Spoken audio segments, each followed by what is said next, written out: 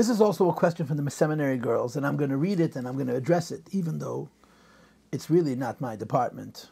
In other words, if someone has this question, they have to speak to a Rav Meirehira, to a Rav who is an authority on halacha and who deals with questions of law, which is not at all my thing. Should people be discouraged to adopt? In other words, chas v'shalom, if a couple has no children, they want to adopt, or even if they have children, they want to adopt because of the halachic problems. Meaning, are you allowed to adopt? That's the question. Are you allowed to adopt? Of course you're allowed to adopt. There are a number of issues with adoption that I understand. And the Rebbe, because of these issues, was reluctant to encourage people to do so, but he didn't stop people who were childless from adopting, although he felt that maybe it was better that they shouldn't adopt. The biggest issue is mamzeres. If God, you don't know where this child is coming from. Now today things are a little bit different, but in the olden days when you got an adopted baby, all records were sealed. You had no idea who the parents were at all. And you're better off adopting a non-Jew than adopting a Jew. Because if you adopt a non-Jew, the child goes through gerus, and they can't marry a kohen if they're a girl, but otherwise they're yidden, and they can marry anybody else, and the children could marry a kohen, and there's no issues. But if they come from Jewish ancestry, there could be serious issues of mamzeris and so forth, which are impossible or difficult to ascertain. So ironically, if a person is going to adopt, they're better off adopting a non-Jewish child than adopting a Jewish child, unless you can ascertain with certitude who the parents are and the child is a kosher kint, is able to get married. The second issue is yichud, and I understand there's different opinions about this. The halacha is a man is not allowed to be alone with a woman, and a woman is not allowed to be alone with a man. In order for a man to be with a woman, there has to be his wife has to be around, and so on. For a woman to be alone with a man, her husband has to be around, and so on. There are many halachas of yichud. There are differences between men and women as far as halachas of yichud are concerned, but the details are not for now. The basic idea is yichud. Yichud applies to a girl from the age of 3 and to a boy from the age of 9. So if you adopt a little girl and she's past 3 years old, the father's not allowed to be home with that girl because of yichud. Now I understand that there's Gedolei Yisrael who hold that it's once you adopt, there's no question of yichud, but I don't think that Rebbe accepts that. So that's a second issue when it comes to adoption.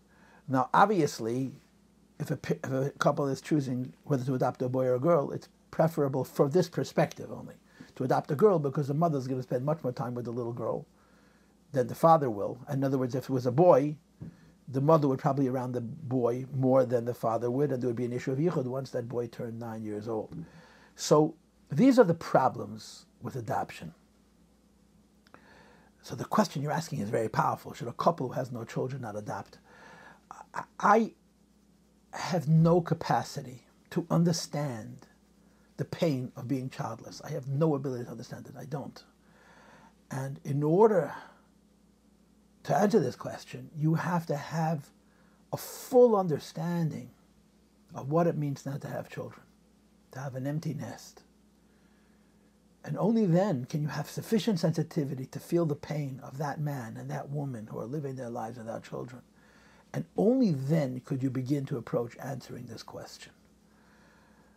It's not asur to adopt. It's complicated to adopt.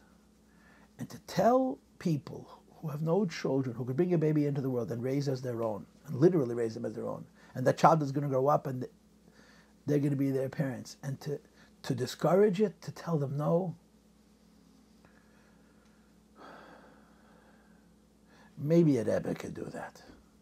And if a rebbe were to do that, he would do it to the kind of chassid who he knew, and the kind of chassid and chassidah that was a keli for a standard like that. Very few people are on the madrege of chassidus and Yirei Shamayim where somebody could say, better don't adopt because of the question of yichud or whatever it is. Most people are not on that level, certainly in our generation. And most Rabbanim are not on that level. To be able to say, in other words, there's two sides. There's the side of the couple, the side of the person encouraging or discouraging adoption. For parents to say they don't want to adopt because of the Shaila of Yichud, they have to be on a very high spiritual level. And for a Rav to be the Rav, to give them that position, They have to have so much Avos Yisrael. They have to feel the pain of that couple so deeply that they're able to give that psak from a place, that verdict, that ruling, that opinion, that suggestion from a place that's including their pain. There are very few couples who are on that level, and there are even fewer Rabbanim who have that much empathy. So I can't answer the question because I'm not an Rav Meir at all. I have no qualification. But it's not us to adapt. It's not us to adapt. There's complications, and you have to figure them out. And only the holiest of people, the kindest of people, the most gentle of people could approach this question the way it's being addressed. That because of the halachic difficulties in adoption, people should perhaps not adopt. These are my thoughts. I like to answer all the girls' questions.